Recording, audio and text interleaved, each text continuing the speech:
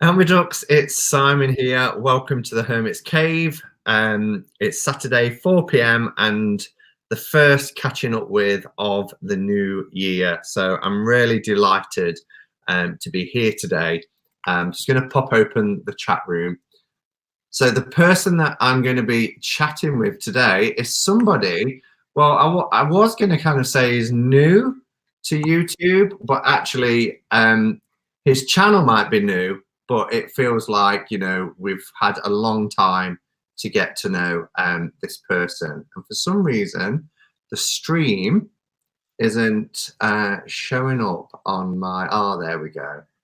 There, we're up. So I've got the questions up as well, so I'll be able to see everyone. So yeah, today I'm going to be talking to Brant from the channel Moon Baby, who has only been on YouTube for just coming up to 2 months. So end of November, he started with his channel. But as I said, it feels like Brant has been a part of the YouTube online tarot community for such a long time that even when he came and did his first video, it felt like we all knew him already. So without further ado, we're going to head over to Louisiana and we're going to say hello to our friend Brant. Say hi, Brant. Morning. Hope everyone's doing great. Yeah. How are you doing? So you've been feeling a little bit under the weather, a bit with your throat, you're saying? Yeah, I'm doing good today. I've got a handful of cough drops, tons of tea. Everyone I work with had the flu, they had pneumonia. It seemed like they were getting everything, every kind of illness for the last 6 or 8 weeks, and I managed to avoid it.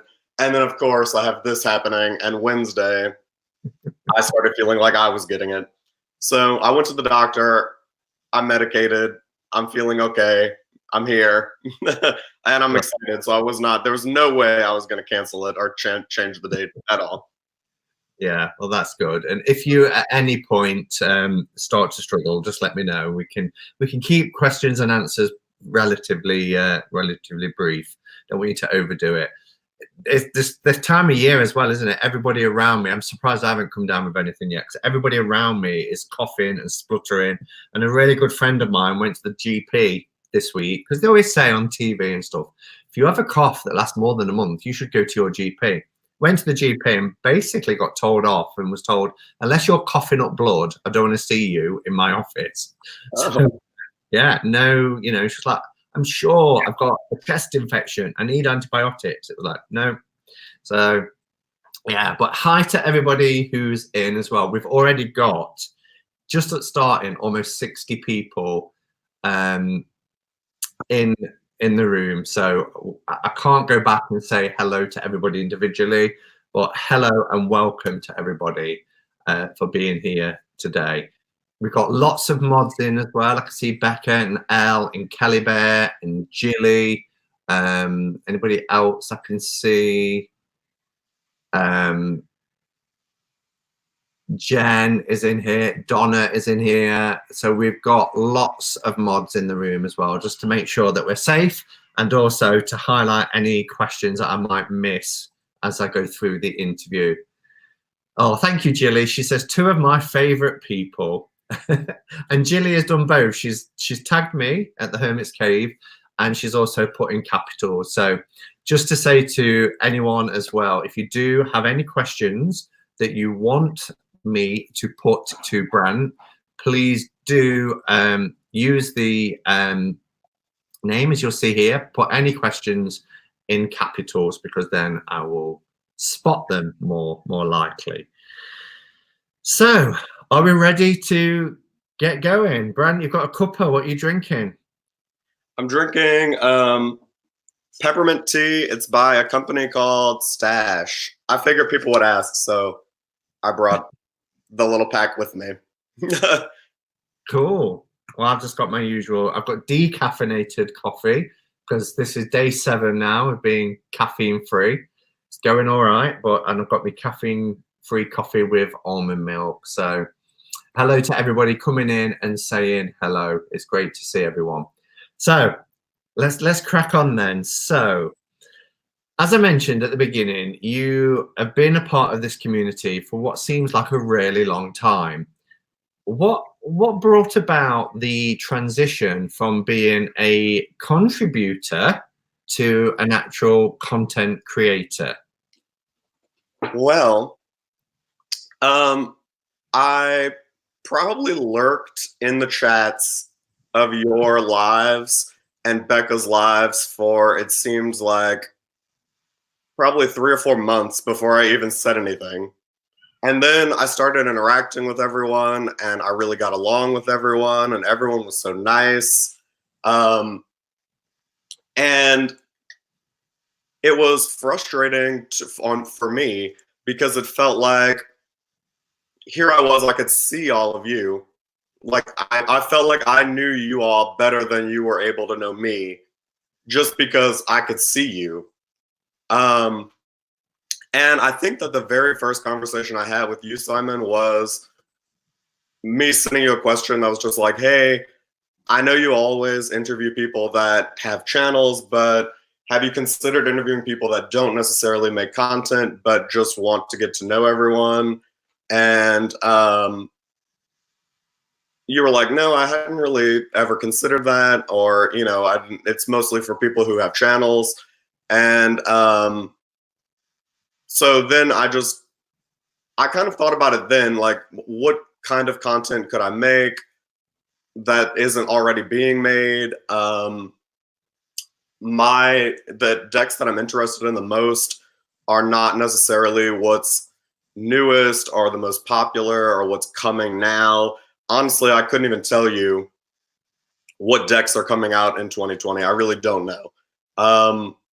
I mean, there are a few, obviously, like the Japaritse, but I don't keep up with that kind of stuff. And I felt like there was enough saturation of people doing walkthroughs of all the news things. And it's fun to see everyone's opinion. It's not that I think that there could be too many people doing that. It just didn't seem like it was a thing that I necessarily needed to do. And then after a few weeks of thinking like that and trying to figure out what I could do and really toying with the idea of making a channel, I thought, I really enjoy out of print decks. I really enjoy the history behind them and all that kind of stuff. So I figured I could highlight those because a lot of the decks that I have, I don't see walkthroughs of. I mean, you can see some pictures of the cards online, but certainly not all of them. And honestly, I thought it would be just a great way to get to know everyone better and let everyone get to know me better. And Yeah, it's fun. It is fun. And I can remember having a chat with you. I think you'd done probably 2 or 3 videos, and you was like, wow, this is actually quite addictive. I'm really quite getting a buzz from doing it. And it reminds us as well, who have been doing it a little longer, why we do it. When I interview people who are quite new, such as yourself, and on this journey, it reminds us of why we do this, and for the fun, the interaction, and getting to know people. Just the same as when somebody first comes into, like, I don't know, a Facebook group, and they say, I'm new to tarot and I've just bought my first deck. Again, you get that sort of buzz, and it reminds you of when you got your first deck and started on your journey. So I'm glad that you did it as well. So take us back then, Brant. What was kind of like your upbringing? Did you have a spiritual upbringing? Were you kind of nurtured in your interests, or was it completely different to what your life's like now? Honestly, I wouldn't say that it was much different than my life now. I think that the vantage point that I'm looking at it all now might be a little different, or like the context of what I'm doing is a little different, but for the most part, it's very similar. So I was raised Catholic. To be honest, it's probably because that is the predominant religion where I am. I'm in the deep South. It is a pretty conservative part of the country, but I certainly was not raised conservatively. My parents are not very conservative, but we were Catholic.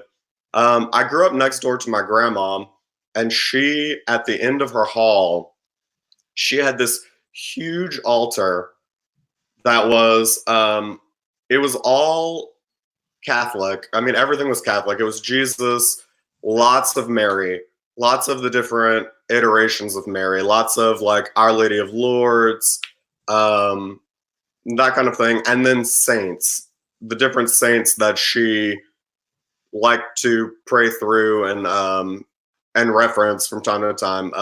Saint Dymphna was one of my favorites. I have actually a little. So from my earliest years, I that like having an altar in your home was normal. Mm. Obviously, it was not very pagan, but just the idea of having that. I mean, but really, when you think about it, all of the saints and all of that kind of stuff, you can apply your own meaning to all of them. So to me, it's the same as having an altar that, is devoted to different gods or goddesses and all of the same things. So for me, I don't really, even though I like to work with Saint Dymphna and I really like Mary, I don't necessarily think of them as being associated in the Catholic sense or even necessarily the Christian sense. I just like those archetypes. I like the idea that there is a person devoted to anxiety and mental health issues. That's what Saint Dymphna is the patron saint of. Yeah. So, and then I grew up with the tarot seeming normal to me because I'm in a very unique part of the South in that I'm like 40 minutes, 45 minutes maybe from New Orleans, which is like where all of the voodoo is and all of that kind of stuff. And so there's Jackson Square, kind of in the middle of the French Quarter in New Orleans. And all around the square, there are tarot readers set up. Some of them are set up during the day. Lots of them are kind of like when it starts getting dusk and like starting to get dark. So I grew up seeing it constantly. It was like right out in the open. It's not like, it was never like you think of like you have to go to a place in like a dark corner of a bar or something. Like it was just right out, everyone saw it. Um, so I guess I was fortunate in that way. And my parents never held me back from trying anything or asking about anything or learning about anything new. They never seemed put off by anything I ever wanted to do. And I did it all. So I did it all. But I mean, it's amazing, isn't it? Because, I've seen so many pagan videos and people showing their sacred spaces and their altars. And it's not uncommon, really, for you to see a depiction of the Madonna, Mother Mary. And I love to kind of look across religions anyway and see the similarities. So yeah, your altars that you're used to seeing, they're still there, but they probably changed over time. And what's represented as being important for you now might have changed. Do you have a kind of sacred area in your home, an area of devotion or for meditation? yes, it's behind me. I'll see if I can move this a little and let you see. So this is my space. And I have, typically this has the decks that I'm working with. I usually have like 3 decks here, but I'm right in the middle of like reorganizing and moving stuff around. So that just has crystals for now. And then I have, this is my little, this is Our Lady of Fatima. Oh, cool. And then I have, this is my grandma, actually. Oh, wow. You can see the family resemblance. Yeah. I want to say No, there's no year. Lots of the pictures that I have of her, I don't know if it's something that she did or something that someone else in the family did, but they were very diligent about writing the year that the picture was taken. Um, so yeah, my Palo Santo. I have a little lucky cat that I absolutely love. These are really hard to find. I don't know why. I could never find them. Maybe it's just where I'm at.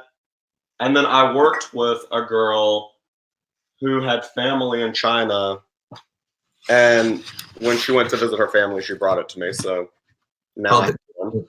they're 10 a penny here. Really, you cannot find them here at all. I don't know why. It's so weird. The harder ones to find are the Tamini-Nekkos, you know, the white ones that are from the Japanese culture. Yeah. The Tamini-Nekko. They're hard to find, but I used to have quite a few, and I'd have the ones that used to do that, you know, with the beckoning. It's called beckoning, but the hand is outward. But yeah, I mean, we haven't got an official Chinatown in Nottingham, but we've got we've got an area that has lots of Chinese shops and supermarkets, and they're everywhere. And if you go to like the Goose Fair, which is our big amusement fair that comes every year, all the stands have them, and they're quite cheap as well. You get plastic ones or pot ones, but yeah, lovely space. And lots of people were saying they like how you've kind of combined your spiritual with your family and your ancestors and everything like that. So thank you for sharing that with us. Would you say that you define yourself as being, I know you said you was raised Catholic, but do you still identify as Catholic? Do you define yourself spiritually, or are you without any sort of kind of labels when it comes to beliefs? So I don't really classify myself as anything. There are parts of the Catholic faith that I still enjoy. I think obviously it's not without fault, but I don't think any religion or anything like that really is. So but there are certain times a year that I find that I really am called to going to mass in particular. And the Catholic mass is, I don't know if you've been to a Catholic church or anything like that. I went for a whole year. Yeah, lots of people, all of the parts that people complain about the mass are my favorite parts.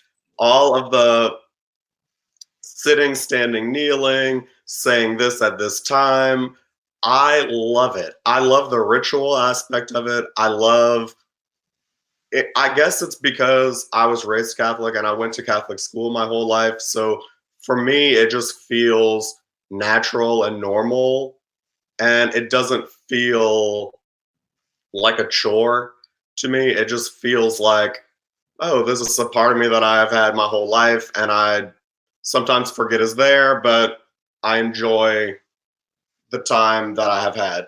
I will say, when it comes to that, and it comes to Catholic churches and masses, I have found that the priest that is in charge of the church that you're going to really makes a huge difference in whether it's going to be an amazing experience or just kind of a little lackluster. And I was fortunate enough to have a priest for the majority of the time that mattered to me. Yeah. Who the ritual aspect was really important to him too. So he really made it very theatrical and sang. There was always a full choir. It was fun. Like I don't know how to describe it. Like even though I don't agree with probably most of what the Catholic Church teaches at this point, there's something about the mass that I just can't shake. And I don't necessarily take everything that they say at the mass to heart, but there's something about the whole experience that I just really enjoy. And I wouldn't say I go to mass. I probably go to mass maybe twice a year now. Um, but yeah, it's fun. I mean, it's not for everyone, but I think it's our formative years as well, isn't it? Because, like you said, it was something you were raised with. It was something that was very much a part of your life. You went to Catholic school, so I don't know. I think sometimes we have that nostalgia as well when it comes to particular religious things. So I only went for a year, and that was because my mum was wanting to marry a Catholic after my mum and dad split up, and they were really bitter with the church in the end because he said, you know, you would have to come for a year, we'd have to make sure you're committed, blah blah blah blah blah. We went for a year without fail. We went morning mass and evening mass on a Sunday. It was at a time where I was just going into my teenage years, so I was not really feeling it. But what I did like was the ceremony and the rituals and the burning of incense and communion and all that kind of stuff. As it turned out, at the end of the year, he just said, "I can't possibly marry you because you're married to your first wife in the eyes of God." So they felt a bit conned by it. Oh, But that's yeah, but I kind of felt that sort of year of going through ritual and everything like that did shape me going forward because we I don't know. I just feel that while we're going through our early years and our teenage years, they're very formative and things become instilled within us. And sometimes when we do things that remind us of our childhood or, you know, feel quite nostalgic to us, it can be quite comforting, can't it? And that can be a spiritual experience as well. So I yeah. don't think the two are kind of not related. So what age were you then, Brant, when you discovered tarot? Can you remember the exact time or your first deck or what your first interest in the tarot, where that started? Yes. I think I actually have my first deck here. Well,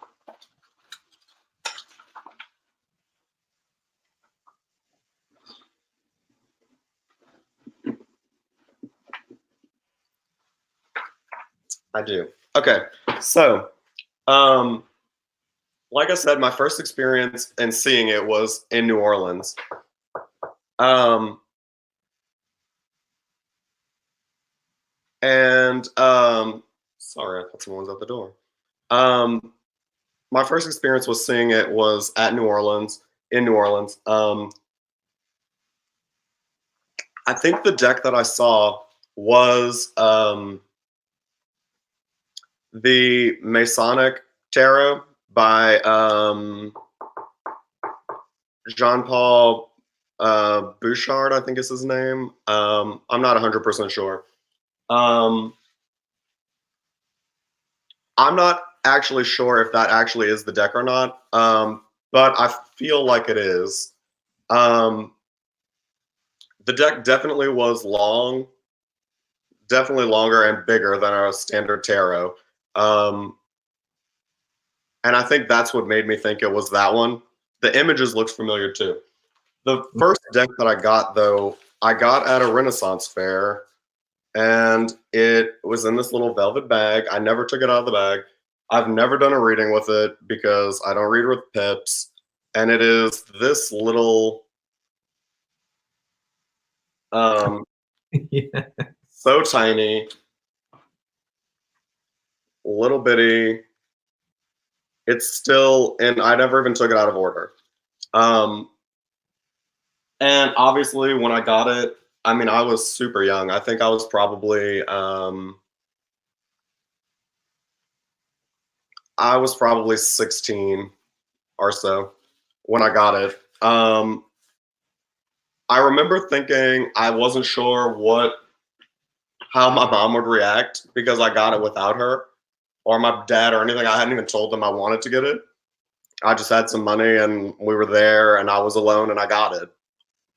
I've done stuff like that my whole life. I got my lip pierced once when they were out of town.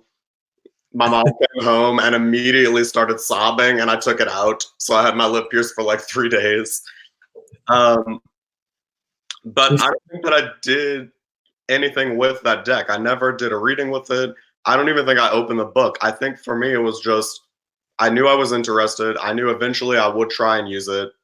And so it was just like an opportunity. I was there, I got it. And I have never done a reading with it ever. And I don't even really like it, honestly. No, and Kelly Bear said those decks are 10 a penny here too. So they tend to be on the till areas. If you go to our bookshop, our main bookshop over here is Waterstones, and they'll have a carousel by the till and they have mini little things, and that one is always there. Just recently, it got replaced by this one. This is kind of like the new version of it, and it's harder. Yeah. It's hard to get that one. But yeah, I think it's a lot of people's first deck, or because they're so inexpensive, I think it was something like £6-7, something like that. But I like it. I think it's cute, but it's, I don't know. I would, if somebody was learning the tarot, I don't think I'd recommend it for somebody as a first deck. No, yeah. I mean, it was very apparent that I had no idea about the different systems or anything like that. It said tarot, and I said, perfect, I'll take it. Yeah.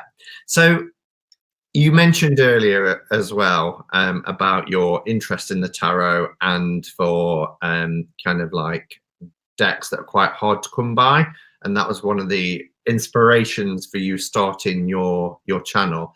So it's a bit of a two-part question.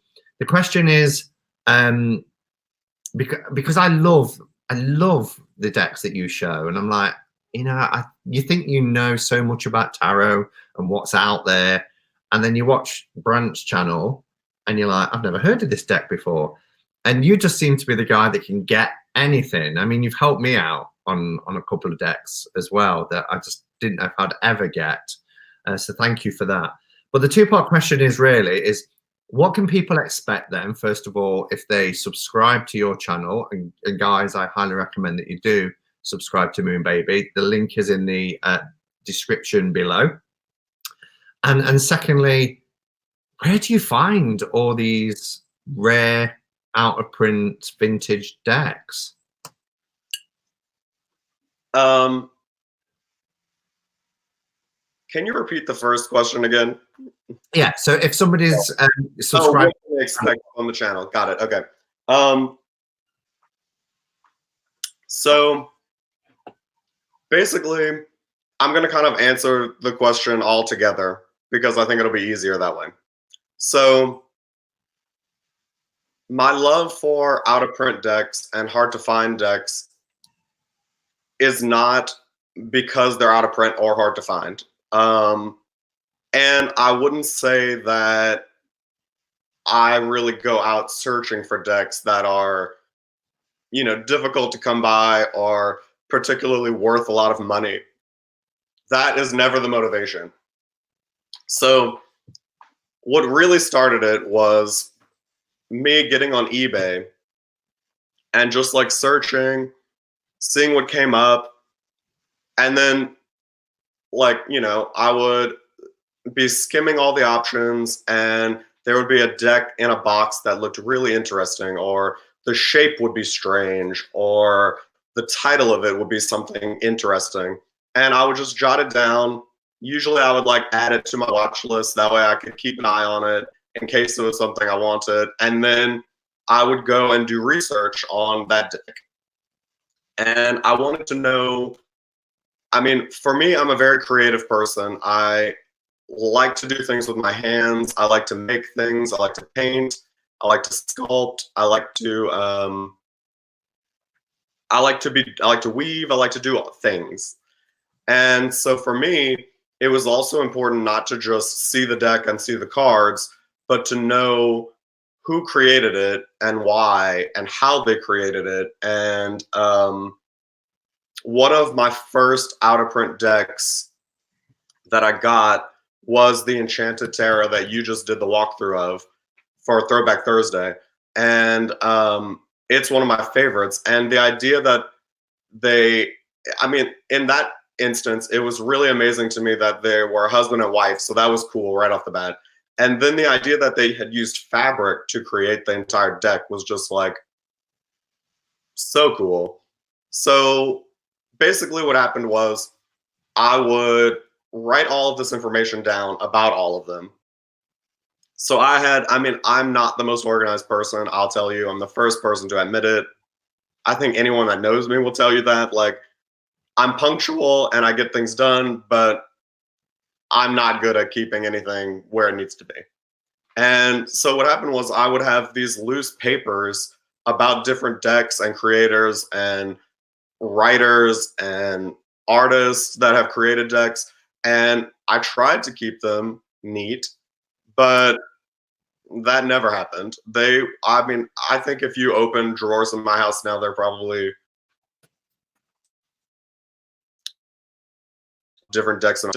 Um, and so my wish list would just keep growing. And, you know, the world of technology that we have now, when you search one thing, all of a sudden Google, really any search engine, starts popping up with other things that are similar, other kinds of decks that are similar, and it's a slippery slope. And so I have a wish list that is just constantly growing and huge. And I don't, I'm not the kind of person who needs the deck that I've wanted the longest first. Oh, yeah. I'm a terrible enabler to shop with in person, to shop with online. I don't even need to. I've bought decks that I didn't even necessarily know what they looked like, but the price was good and the box looked interesting, and I figured worst case I'd pass it along. Yeah. So then when I decided to make the channel, I was like, this is perfect. I'll be able to kind of consolidate all of these little papers, like little mini book reports, basically, on the creators and the decks, and also share that information, because a lot of the creators, like the Barbara Walker tarot, she's still living. She's Yeah. 90. I mean, like, that's insane to think that she's like around, and like the deck is already out of print. And I mean, you can get it in a 10, but Yeah. so I wanted to highlight that kind of stuff too. Like, when a creator is still alive, I think we need to enjoy them and let them. I mean, I doubt Barbara Walker will ever see my little video about her deck, but in the off chance that she does, I want her to feel appreciated, and I don't want her to feel like, oh, here's just another flip through. Like, people should know about her. She's really cool. I'm gonna upload that video soon. I Cool. already made it. But you never know, Brant. I mean, more and more now, deck creators are working with us, so sending decks. I've just uploaded one today where 2 decks have been sent to me from deck creators. They watch YouTube. They, you know, enter into a contract with a lot of us to say, you know, I'll send you a deck. Would you mind helping spread the word of it?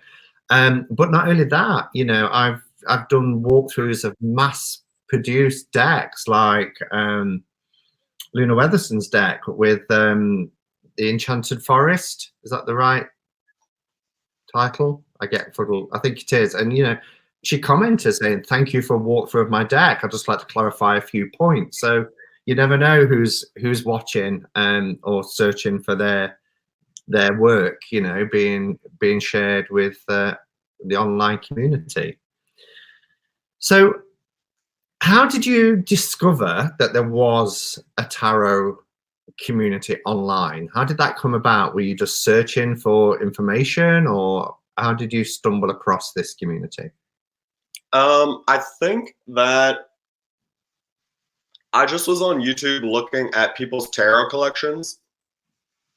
I think I was just interested in, it was just kind of like a one-off, like maybe someone has made a video showcasing the decks that they have. And still, that's one of my favorite kinds of videos to see.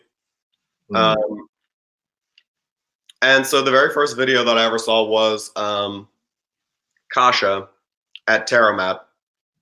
And I think it was one of her first videos that she did in English. All right. And then shortly after her, of course, YouTube suggested you. So you were probably the second channel that I saw. Was that because I mean, Kasha, I interviewed her before Christmas, and she's had a channel for about 7 years. Is it just that it randomly brought one up recently, or have you been watching that long? I've probably watched her for the last 4 or probably close to 4 years. And Right. I've watched you probably close to from the beginning. Okay. So that's about 3, well, coming up to 3 years. Wow. And I do, like I say, you just seem to have been around for such a long time. So it's one of those weird moments where your channel was there, but it was like, you know, it wasn't a new channel. Do you get what I mean? Because I think we'd interacted so much within the community anyway. So earlier, I just want to go back a little bit. You talked about as you was growing up, you would see tarot readers. I think you said in Jackson, was it? And around New Orleans. Are you still in that area? I know you're in Louisiana, but are you pretty close? And if not, what's the tarot community, not the online one now, the actual tarot community like? And do you get to access it? Do you get to go to groups, development circles, or anything like that? So I am in Baton Rouge, which is the capital city. Okay. I'm about 45 minutes from New Orleans. There's not really a tarot community. Or Oh, if there is, I haven't seen it or stumbled across it.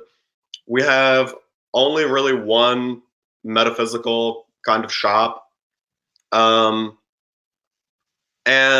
while I love to support local, their selection is not the most fantastic. They're great for crystals. They're great for like incense and other things, but I almost never buy a tarot deck from there. And the kinds of readers that you see in this area tend to be the kind of like fortune telling, like the standard kind of stereotypical, like the little picture of a hand with the lines and everything, and like psychic, always psychic. It always says psychic, and it's like, it's yeah. not always psychic. Like, it just isn't. And do you think that's because of tourism? Do you think that's to attract people who perhaps visit that area and what their expectations might be? Because I think that it is the tarot readers attempting to give people what they think that the people are expecting. yeah, Instead of just like, because it's hard to make someone want to try something new or look at something in a different way. And I'm sure for them, you know, they're trying to make a living in a place that is relatively conservative, doing something that is certainly not conservative. And so it's easier to just kind of like play on those stereotypes for good or for bad. I mean, good for them. Maybe they read tarot just like all the rest of us for themselves, and this is just what they do to make a living. yeah, And I mean, it's not really for me to judge. I don't think I would go to them because of the, you know, the way that they're marketed. And there are lots of great people on YouTube that I've gotten readings from that I have really enjoyed, that I feel like I connect with a little better because I've had the opportunity to kind of get to know them before I got a reading, which I think can be a real help, especially when you're first getting a reading from someone else. You know, it's very intimidating, I feel like, to, you know, trust someone that you have never met before to tell you things about your life or about, like, you know, that kind of stuff. So that's yeah. my experience. It's really interesting as well, because I think this is where the tarot community online has helped, because I know the difference. If I get a booking, and it's from somebody within the community, what their expectations are, as opposed to if I get a telephone call, you know, because I have my post on my business cards and things like that, where somebody, and the difference of what people want or what they expect from a tarot reader. And yeah, it's just interesting, isn't it? I mean, a really popular deck at the moment that everybody's talking about is the 5 cent tarot, but it does tap into that whole sort of Madame Clara, you know, and a crystal ball and the turban, and you know, the circus sideshow kind of element to it.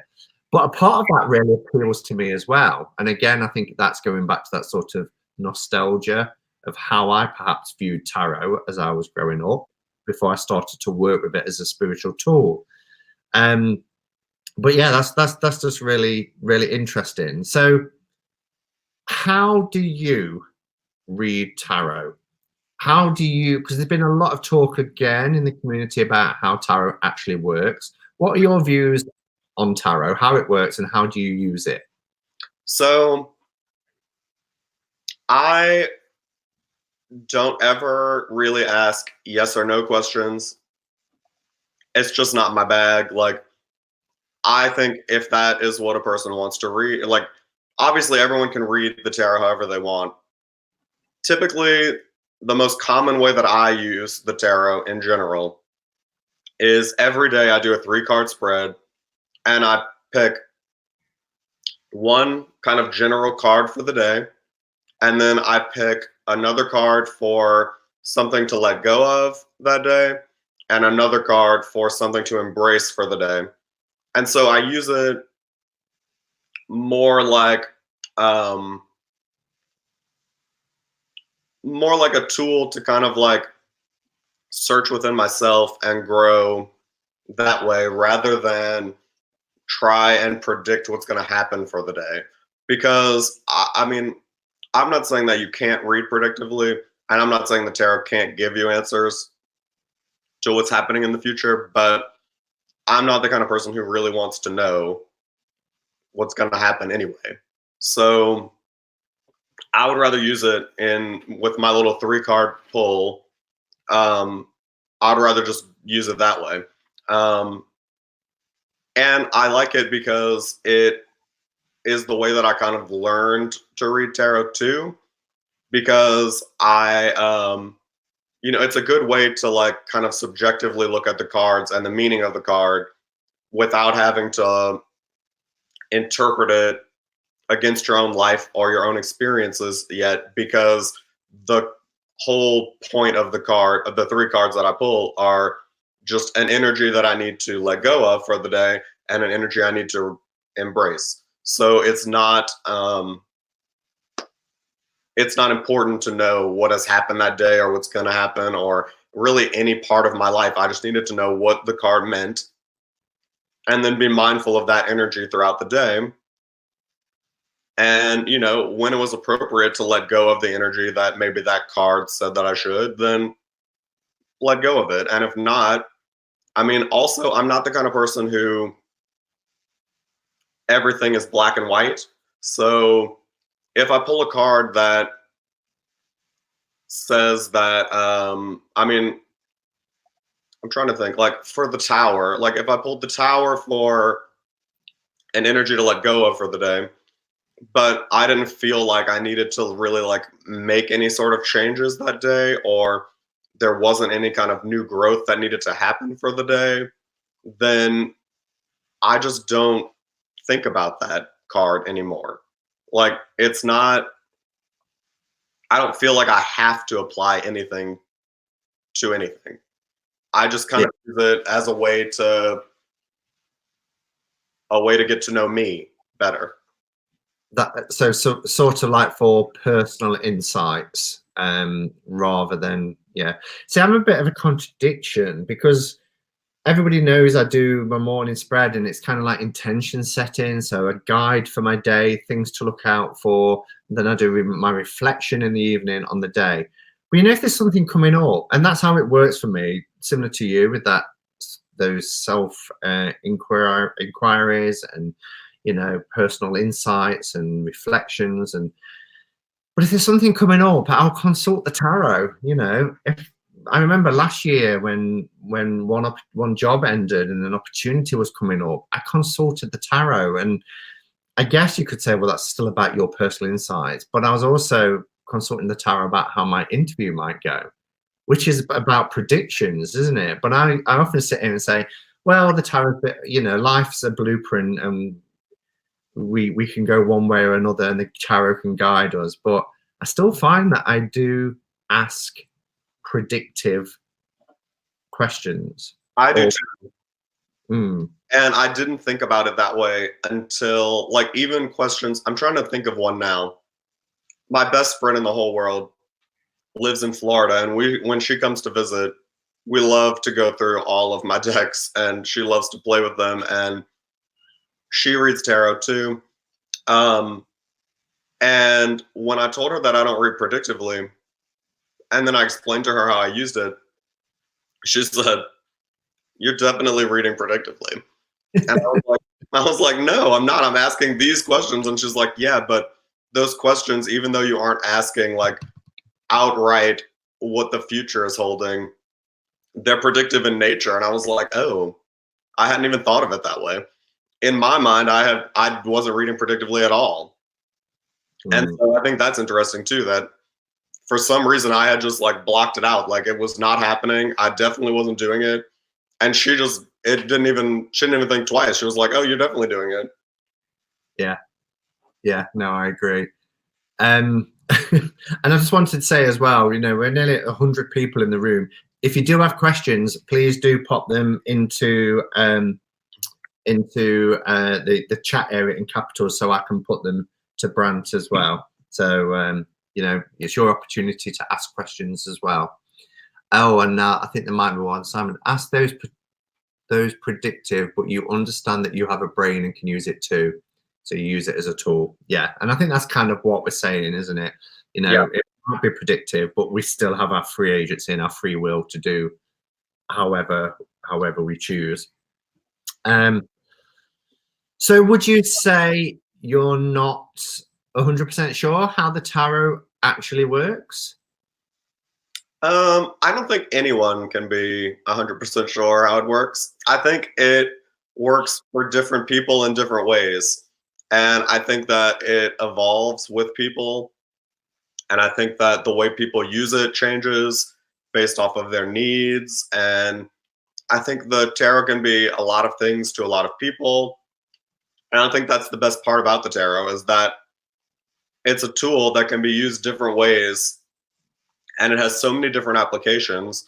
And it I think that's the greatest quality that the tarot has, is that it's adaptive. Yeah, definitely, definitely. So, are you out as a tarot reader? Does it, you know, your circle around you? Do they all know that you read tarot? I know you said, you know, your mum does and stuff like that, but are you out at work and in your inner circle of friends?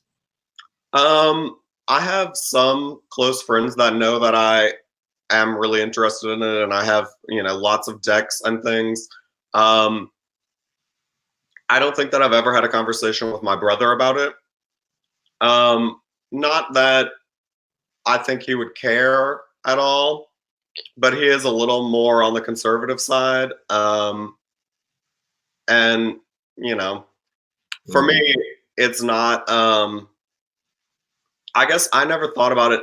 It's the same way I kind of thought about my sexuality. Like, I never thought, oh, I need to let everyone know that I'm gay, because it's a personal thing and it's not a part of me that really defines who I am. It's just something about me that's interesting. And mm. that's how I feel about the tarot. Like, I use it really personally. Um, and so I haven't really felt like I needed to share it with anyone. So I guess it's not that I don't want to share it. I just it has never come up. It's never I suppose it's like the things are naturally occurring, isn't it? So if somebody was to ask you about your yeah, sexuality, you'd tell them, and in the yeah, same way, exactly. someone saw you with a tarot deck, you'd share that information with them. A thought just came to me as well, and I've never asked this in an interview before, but You know, do you think there's a link? Because if we think about the online tarot community and the proportion of males has grown. I mentioned before when I started a channel, there was probably 3 others that I could think of, and all the rest were females sharing tarot. Every reading I've ever provided for somebody, if I look back through my sales ledger, have all been females. So there has been an increase of males coming into the tarot community, online tarot community, but the majority of them also seem to be gay. And I just wondered what your thoughts were about that. And I hadn't written this question down. It was just as you was talking about coming out as a tarot reader and then coming out with your sexuality. And it just occurred to me that, yes, there are straight males who have channels, but they're very much in the minority when you look at the male tarot tube content creators. Any thoughts to offer? Honestly, I don't know. I don't know what holds people back. Like, I don't know if it's that straight men see it more like a feminine thing just because of how it's portrayed on TV and in movies. It's almost always a woman doing a reading. Mm. I don't know. I don't know if it's like a. I don't know. I never thought about it, honestly. I don't know if there probably are lots of straight men that read the tarot or maybe have their cards read or something, but I'm not sure what it is about gay men in particular. Maybe it's that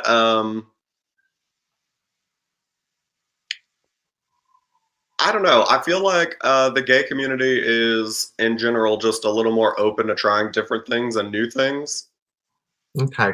I know that's a very bold statement, and I'm in no way saying that other communities, straight community is not that way. But I think that coming out for a lot of people is one of the hardest things that they do. And I feel like once you kind of like get over that hurdle, it's a lot easier to do other things that society says that maybe you shouldn't do. And I think that might have something to do with it. Yeah, no, that's really interesting.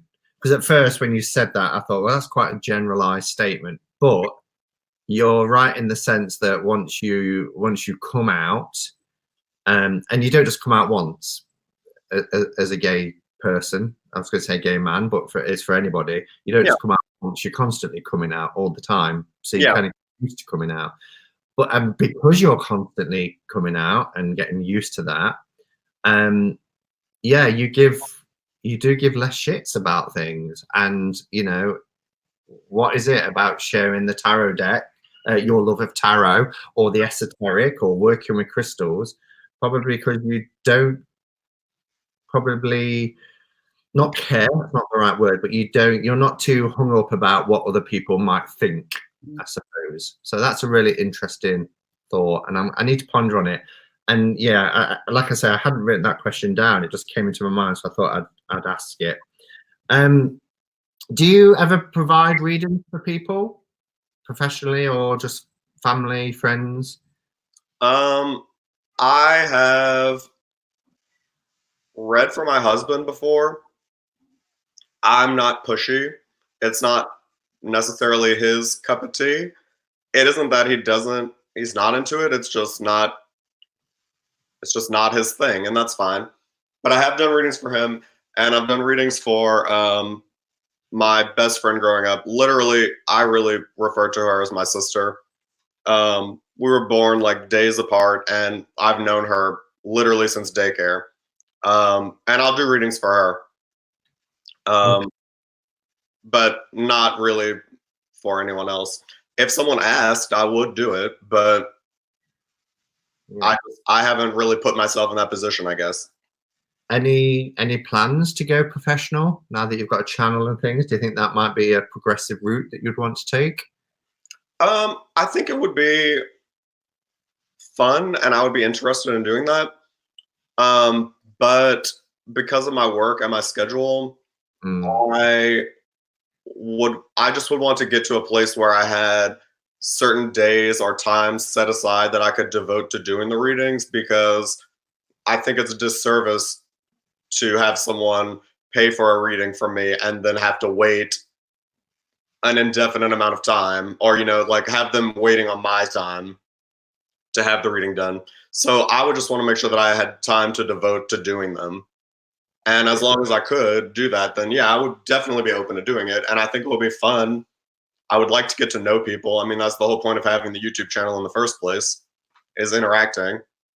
Yeah, definitely. And it is always a struggle, particularly I work full time and it's a struggle, and you do kind of get a little bit panicky thinking I need to schedule that in. I do have a caveat on there that says, it can take up to a week. And I try, well, I've never gone out of that yet, but it can be, trying to fit everything in sometimes can be quite a challenge.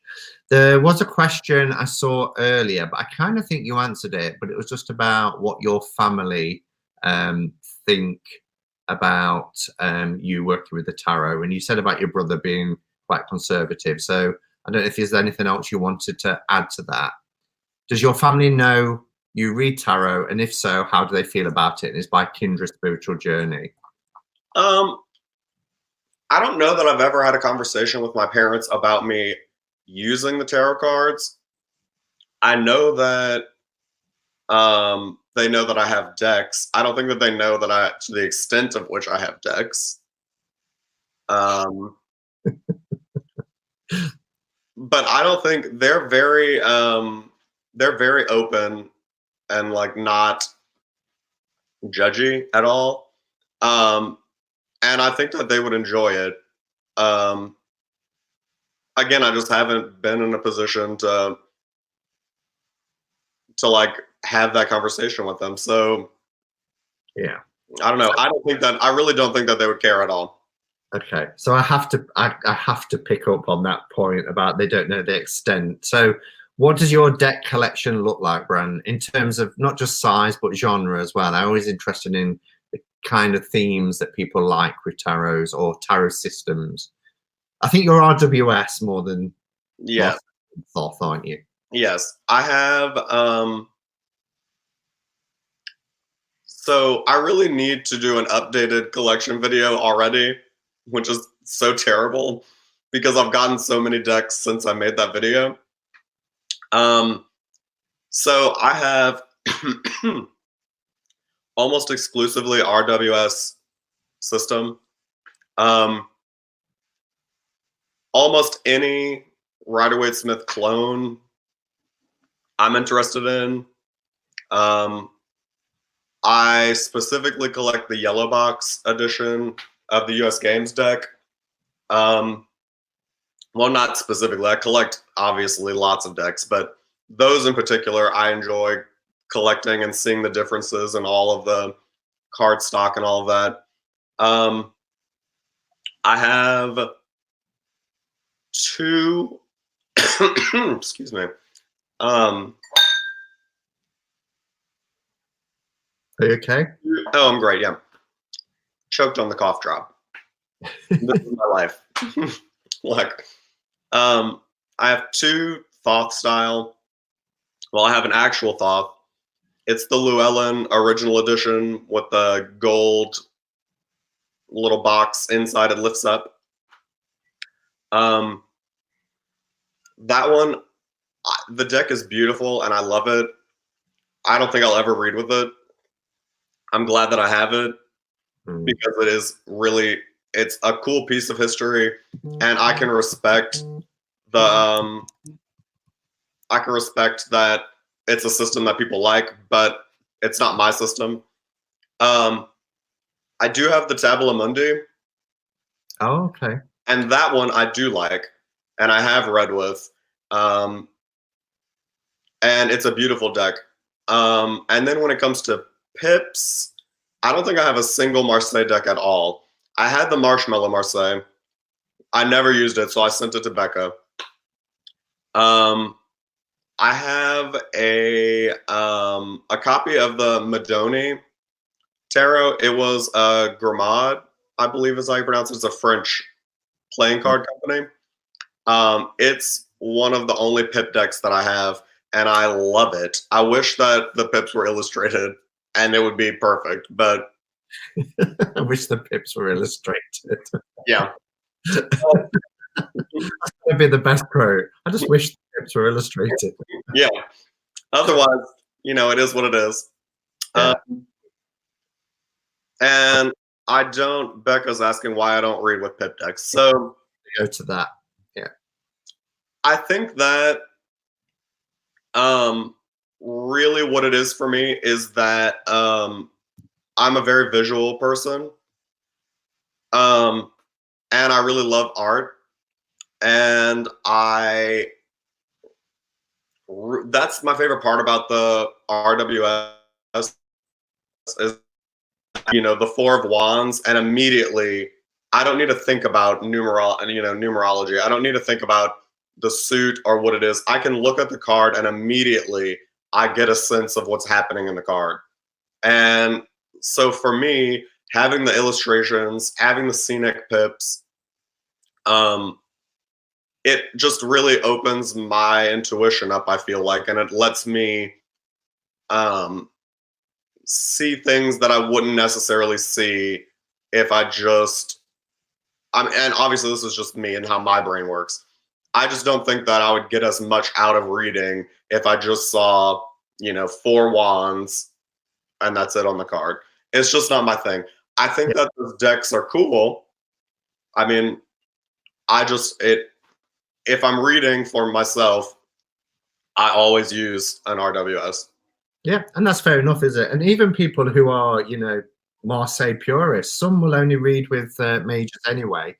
We got a question from Gwen as well, who said, do you use all your decks, or do you consider yourself more of a collector? Okay, so when people say tarot collector, they always put it in, put tarot collectors in like a separate category. And for me, it's both. I am a collector, but I do use all of my decks. So basically, how I tend to read, or the decks that I tend to read with, are in two categories. I have out of print, hard to find, ones that I've collected because they're cool. I have those that I do read with from time to time, but I'm less likely to read with them. And then I have mass market, not mass market, sorry, independent, current decks. Those are the ones that I tend to read with day to day. And the ones that I read with the most and I enjoy. But I love all of my out of print decks and I love reaching for them. Even though I don't necessarily read with them all the time, I do go to my little tarot area and grab a different one every now and then, or grab a couple of them and pull them out and compare them and look at them and enjoy them that way. So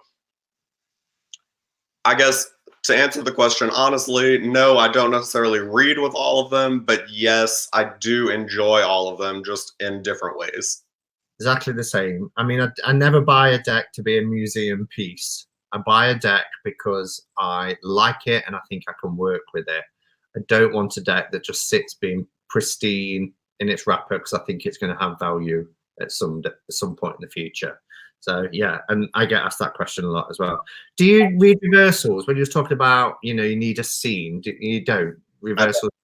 Yeah, not at all. I don't know. I don't really have a reason either. I think in the beginning it was hard enough to memorize all of the card meanings upright. And so I didn't want to be bothered with reversals because that's me. I'm just sometimes a little lazy.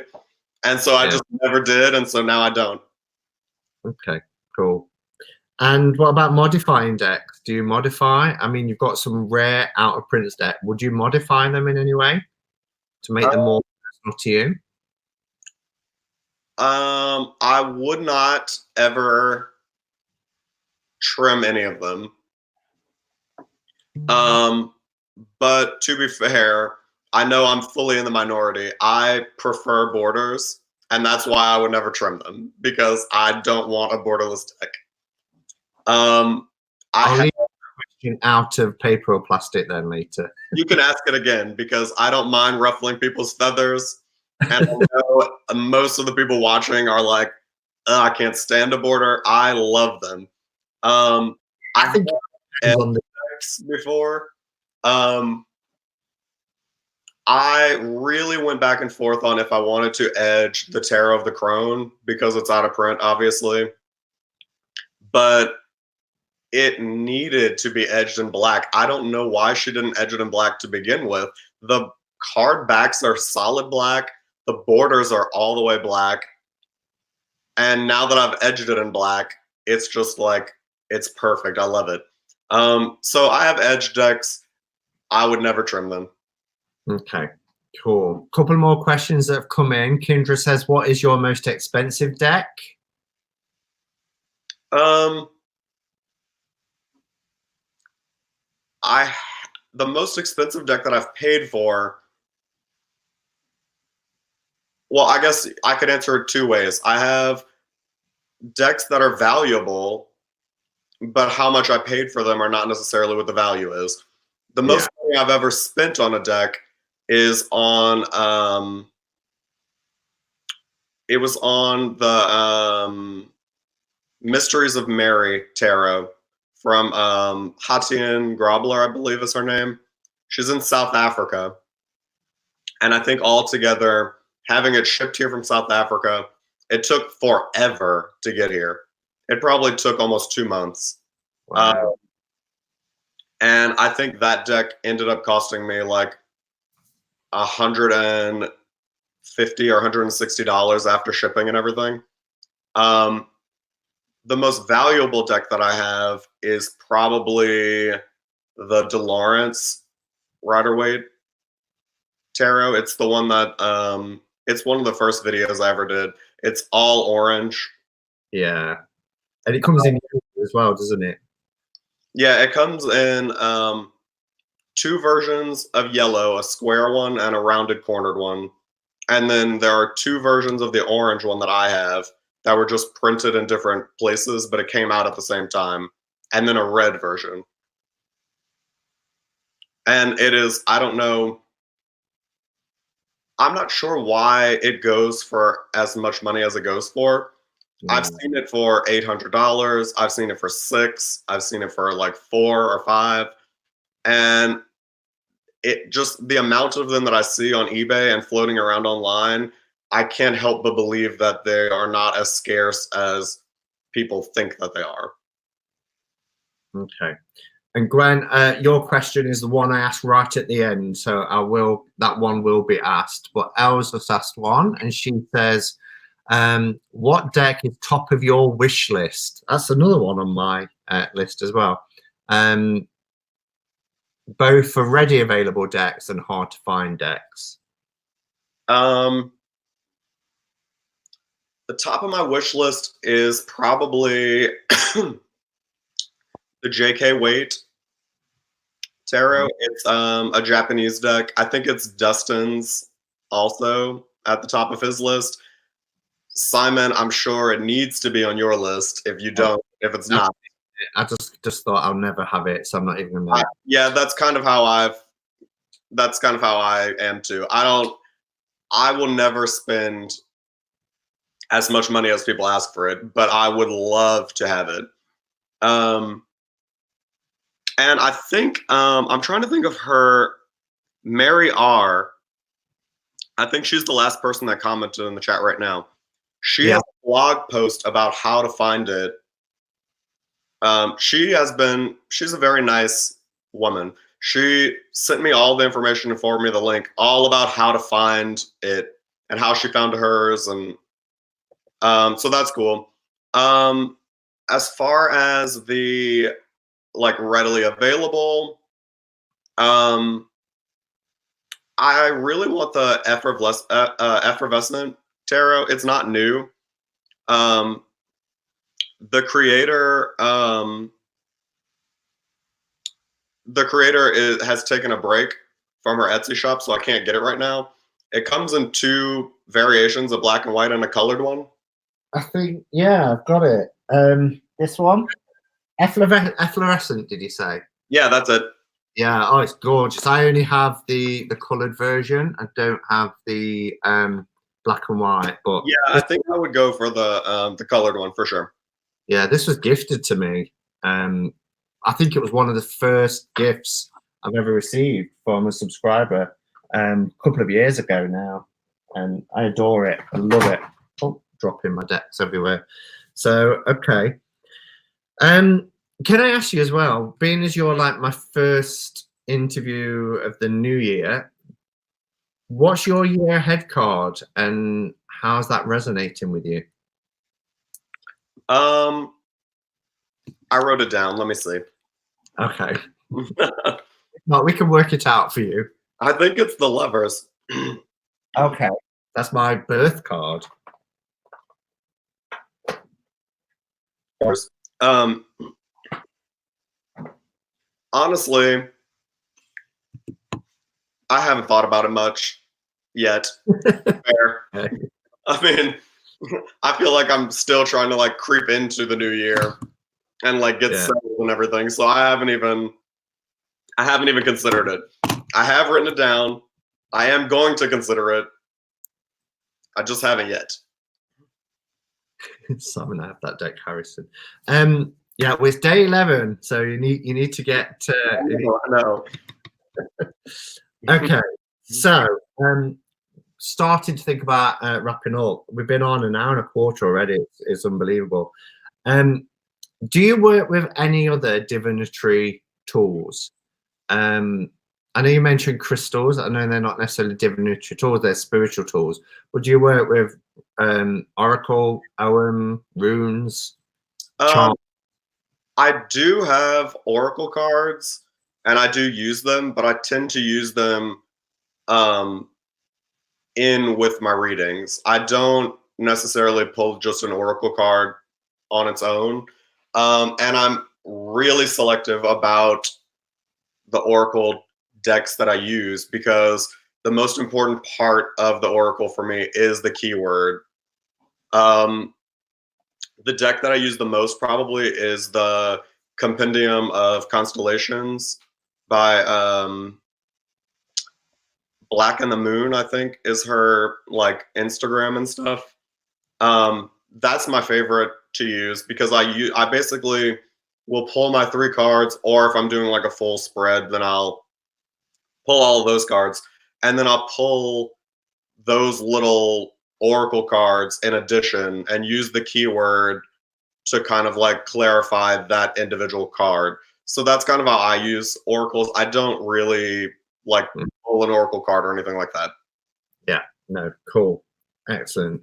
Okay, so final question before we do paper or plastic then. And again, this was one that Gwen wanted to know as well. What would you say the tarot has taught you most about yourself? I think it has taught me to reflect before I react to things and really think about what's important before I let things affect my mood and like how I'm feeling about a situation or something. So I think that it's taught me patience because obviously sometimes you'll pull cards and it's so frustrating because it's like, how in the hell did that manifest today? Like, I don't have any idea. I cannot connect the dots at all. And then, 2 days later, you'll be like, oh, okay, well, that's why that happened. So I think it's taught me patience and also to think about a situation before I immediately make an assumption about anything. Yeah, great. Okay, ready for paper plastic? I am. Okay, first answer then. So, paper or plastic? Paper. Oracle or tarot? I think we know the answer. YouTube or Instagram? YouTube. Instagram I like, but I don't. I mean, if you go to my Instagram, you'll find almost nothing. I mean, you'll see cool pictures. I've done cool things. I've taken cool pictures, but I don't post regularly at all. Yeah. So YouTube. Cool. Peanut butter or jelly? Okay, so both. But if I Together. have to pick, if I have to pick, I would go jam, not jelly. What? I deliberately called it jelly because I was talking to an American. Oh no, I can't stand jelly. I thought jam, our jam was your jelly. No, okay. PB is peanut butter and jelly, I was told. Yeah, it is. But this is the thing. Jelly is jam that the fruit has been strained out of. So it just looks like, there's no like bits of fruit in it. Oh, Fruit in it, then it's jam. okay. I just didn't think you guys even refer to it as jam. That's really interesting. Oh no, I always say jam. Okay, cool. Big parties or small gatherings? Big parties because it's less pressure because you can hide away or you can leave and people don't notice. You could just be the wallflower. Yes, you can just like tuck yourself away. And if you're like stuck in a conversation you don't want to be in, then there's tons of other people you can migrate towards. Lots of escape routes. Wait or Crowley? Wait. Bath or shower? Okay, so First answer? shower, but I call it a bath, even though it's not. And my husband makes fun of me constantly because I always say I'm going to go take a bath, and I never take a bath. I always take a shower. I don't know why. I've just always called it bath my whole life. Bordered or borderless? Border. Dark or creepy? Dark and creepy or rainbows and unicorns? It kind of depends on what I'm doing, but my first reaction is rainbows and unicorns. Really? Yeah, I mean, I do like dark and creepy. I think if you could have a dark and creepy deck that also had rainbows and unicorns, but with creepy colors, that would be fun. Oh, get something like the dead weight then or something like that. Yeah. Tarot or PC? Um, Tablet or PC? Usually tablet. Okay. Indie or mass market? Indie. Save or spend? Oh, spend. I'm the worst. Spend. Money or free time? Ooh, it's hard. I mean, I wish I could say free time, but I'm gonna say money because I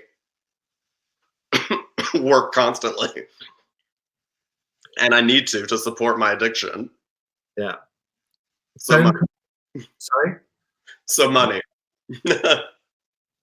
Phone calls or FaceTime? It would have been phone calls, but since you tarot tubers introduced me to Glide, I'm gonna go FaceTime now because it's fun. I like that. Easier. Yeah. Nobody's got time to use the fingers anymore. Yeah, it's way easier. Movies at home or in the cinema? I think at the cinema. Large cards or small cards? I like the idea of large cards, but small. They're easier to deal with. Yeah. Life after death or total oblivion? Definitely life after death. Early bird or night owl? Ugh, a night owl, for sure. Woodland forest or sandy beaches? The forest. I can't stand the beach. Hanging over or under? Okay, my toilet paper literally just sits on the windowsill next to the toilet, so it's just sideways. So I guess depending on which way you're looking, it could be over or under. I think that's under. In a public bathroom, over. Depends if you put it from the left or the right. Yeah, in a public bathroom, over, because I don't want to have to stick my arm into that stupid contraption to get to it. You don't have to. I don't know what the bathrooms are like in Nottingham, but in Baton Rouge, you absolutely would have to stick your arm into that stupid contraption. All right. Well, that was great. So just before we finish then, I'm going to pull a card. I'm going to pulling from my latest deck, which I got today, which is the Groovy Weight. Brant, do you want to talk to us about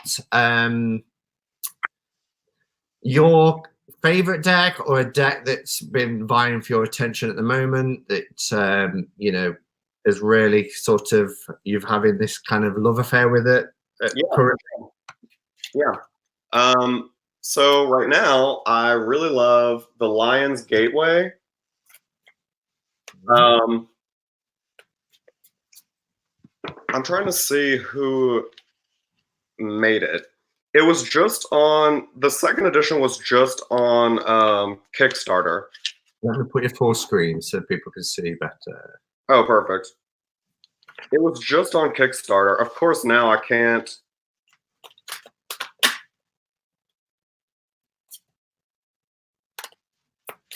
Jessica Lee Henry. So it's one of my favorite decks.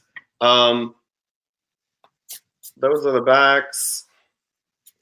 It's gilded, but it is completely RWS. But the art style is just so, the colors are beautiful. It's a woodblock print.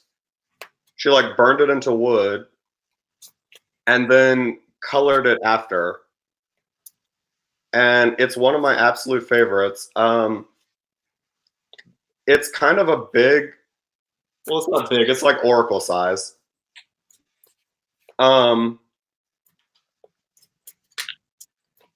The second edition, I think, that she just put out, I'm pretty sure it was funded, so you can probably get it on her Etsy shop. It has different backs, and it's just standard Terra size instead. But I just love it. There's something about it. I don't know. It's like sort of cartoony. I think part of me just really likes the colors. The borders are not huge for all of you haters of borders out in the world. Yeah, but this is definitely one of my favorites right now.